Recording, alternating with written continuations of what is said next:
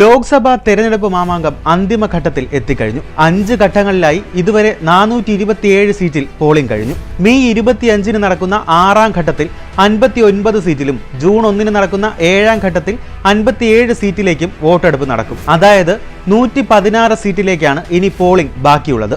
അതുകൊണ്ട് തന്നെ ഇനി തിരഞ്ഞെടുപ്പ് ഫലത്തെക്കുറിച്ചാണ് ചർച്ചകളൊക്കെയും. ജൂൺ 4-ന് വരുന്ന റിസൾട്ടുകളെ കുറിച്ച് പലരും പലതാണ് പറയുന്നത്. എങ്കിലും NDA സർക്കാർ മൂന്നാമതും അധികാരത്തിലെത്തുമെന്നാണ് പൊതുവായ വിലയിരുത്തൽ.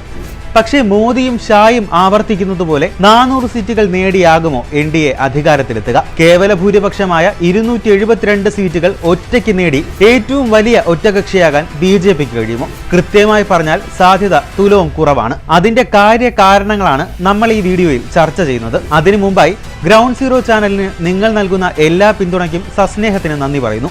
ചാനൽ സബ്സ്ക്രൈബ് ചെയ്യുമ്പോൾ ബെൽ ബട്ടണിൽ ഓൾ ഓപ്ഷൻ ക്ലിക്ക് ചെയ്യാൻ മറക്കരുത്. എങ്കിലേ ഞങ്ങളുടെ എല്ലാ വീഡിയോകളും കൃത്യമായി നിങ്ങളിലേക്ക് എത്തൂ.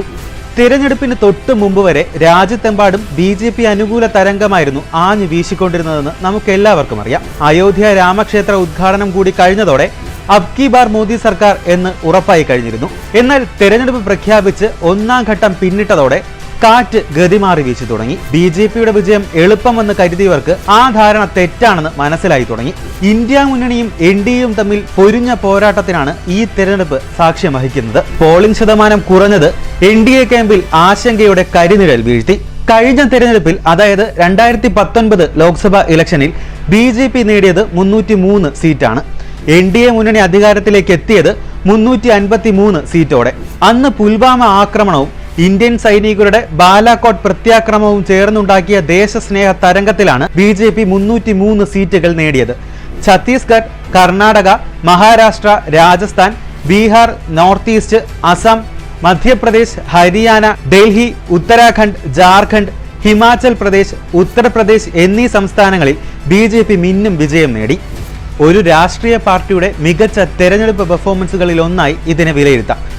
ഈ സംസ്ഥാനങ്ങൾക്കൊപ്പം ദക്ഷിണേന്ത്യയും തുണച്ചാൽ 3ാം തവണയും മോദി അധികാരത്തിലെത്തുമെന്ന് BJP കണക്കുകൂട്ടിയാൽ തെറ്റില്ല.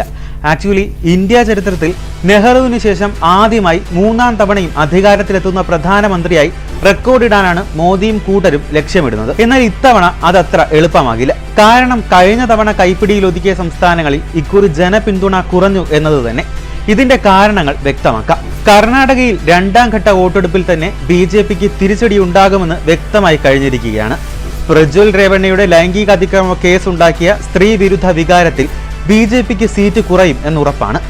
ബീഹാറിൽ നിതീഷ് കുമാറിന്റെ രാഷ്ട്രീയ അവസരവാദത്തിന് ജനങ്ങൾ നൽകുന്ന തിരിച്ചടി യഥാർത്ഥത്തിൽ പണിയാകുന്നത് NDAയ്ക്കാണ്. സീറ്റ് കുറയും എന്നത് 3.5 തരം. മഹാരാഷ്ട്രയിൽ ഓപ്പറേഷൻ കമല നടത്തി ശിവസേനയിൽ ഉണ്ടാക്കിയ പിളർപ്പും BJPക്ക് പണിയായിരിക്കുകയാണ്. താക്കറെ കുടുംബത്തോട് ജനങ്ങൾക്ക് സഹതാപം ഉണ്ടാക്കാനാണ് അത് വഴിവെച്ചത്. സവാള കയറ്റുമതി നിരോധിച്ചതും കാവി പാർട്ടിക്കെതിരെ മറാത്തികളുടെ ജനവിരുദ്ധ വികാരം ആളിക്കത്തിച്ചിരിക്കുകയാണ്. കർഷക സമരവും ഗുസ്തി താരങ്ങളുടെ പ്രതിഷേധവും പഞ്ചാബിലും ഹരിയാനയിലും BJPക്ക് സീറ്റ് കുറയും എന്നുറപ്പാണ്.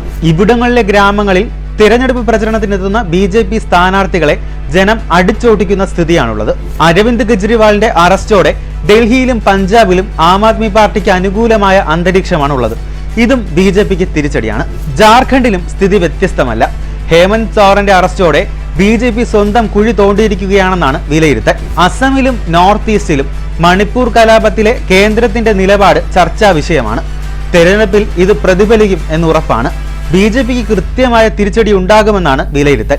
രാജസ്ഥാനിലും മധ്യപ്രദേശിലും ശിവരാജ് സിംഗ് ചൗഹാനും വസുന്ധര രാജെ സിന്ധ്യയും ഒക്കെ പാർട്ടിക്ക് തലവേദനയായിരിക്കുകയാണ്. UPയിൽ യോഗി ആദിത്യനാഥിന്റെ ആളുകൾക്ക് അമിത്ഷായോടുള്ള താല്പര്യക്കുറവും അമിത്ഷാ പ്രധാനമന്ത്രിയാകുമോ എന്ന ആശങ്കയും വോട്ടെടുപ്പിൽ തിരിച്ചടിയാകുമെന്ന് വിലയിരുത്തലുണ്ട്. ഗുജറാത്തിൽ രാജ്പുത്തുകൾ പാർട്ടിക്കെതിരെ തിരിഞ്ഞത് ഉറപ്പായും വിജയത്തിൽ മങ്ങലേൽപ്പിക്കും എന്നുറപ്പാണ്. ഈ സംസ്ഥാനങ്ങളിൽ പാർട്ടിയുടെ മുഖം രക്ഷിക്കാനും ഡാമേജ് കൺട്രോൾ ചെയ്യാനും BJPക്ക് കഴിയുമോ എന്നത് ചോദ്യചിഹ്നമാണ്.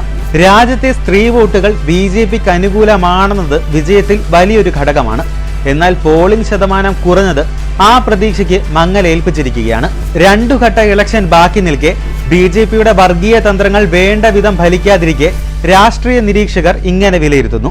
BJPക്ക് ഇക്കുറി 272 സീറ്റിൽ താഴെ ലഭിക്കാനേ സാധ്യതയുള്ളൂവെന്ന്. പ്രമുഖ രാഷ്ട്രീയ നിരീക്ഷകരുടെ ഈ വിലയിരുത്തൽ തള്ളിക്കളയാനാകില്ല. BJPക്ക് 272 സീറ്റിൽ താഴെ ലഭിച്ചാൽ, അതായത് കേവല ഭൂരിപക്ഷം ലഭിക്കുന്നില്ലെങ്കിൽ സഖ്യകക്ഷികളെ ചേർത്ത് മാത്രമേ അധികാരത്തിലെത്താനാകൂ.